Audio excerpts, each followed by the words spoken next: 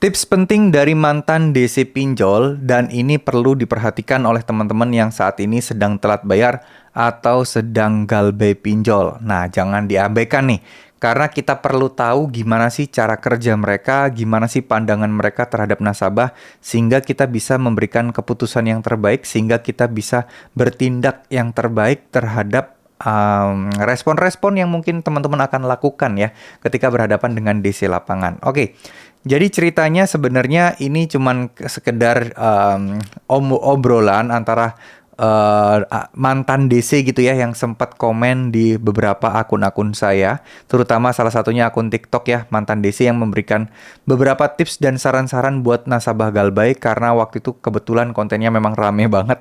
Dan di sini ada beberapa tips yang cukup menarik yang pengen saya sampaikan juga ke teman-teman sekalian. Apa itu? Jadi gini, DC ketika proses penagihan itu, yang pertama harus kalian ketahui adalah sudah ada aturannya, maksudnya itu sudah ada apa ya istilahnya, listing atau daftar nasabah yang akan mereka kunjungi atau akan mereka tagih, dan prioritas-prioritasnya itu seperti apa. Mana yang difokuskan dan kira-kira ya akan ada penilaian secara internal mereka, mana yang kemungkinan orang ini bisa segera membayar. Ya, jadi kayak ada kategori-kategorinya gitu. Nah, selanjutnya, DC juga bilang, misalnya ketika dalam proses penagihan itu, mereka selalu berupaya untuk membuat teman-teman itu merasa pengen bisa segera menyelesaikan masalah hutang ini. Ya, mereka tidak peduli ya, ke solusi kalian dari kalian apa, minjem lagi kayak apa kayak, ya bodo amat, yang penting bisa segera membayar. Itu yang mereka lakukan.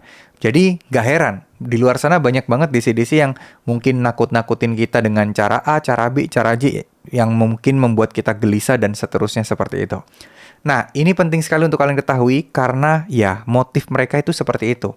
Jadi apapun yang mereka katakan, jangan dipercaya mentah-mentah. Nah, selanjutnya, ada sesuatu yang membuat DC itu sangat-sangat kesal dan mungkin bisa dibilang ini udah mentok dan udah bingung harus ngapain lagi dan paling bikin males buat nagih nasabah. Apa itu? Ya, nasabah yang pasrah. Ya, jadi ada nasabah-nasabah itu kan ada yang berani, ada yang ketakutan, ada yang ya saling emosi gitu ya, ada kan. Tapi yang paling bikin males adalah nasabah yang pasrah dibandingkan yang berani dan juga mungkin yang ikut-ikutan emosi juga ketika ditagih.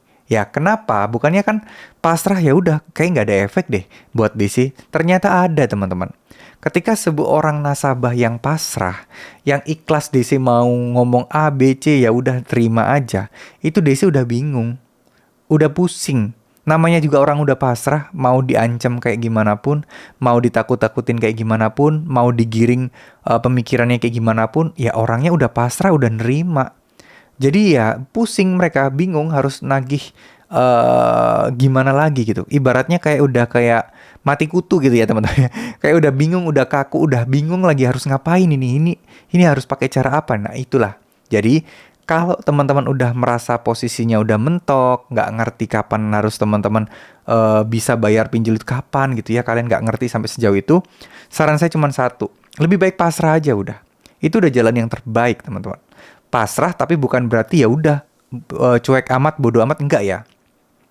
Tetap prioritas utama kalian tetap ya untuk kehidupan kalian sendiri di luar masalah pinjol ini.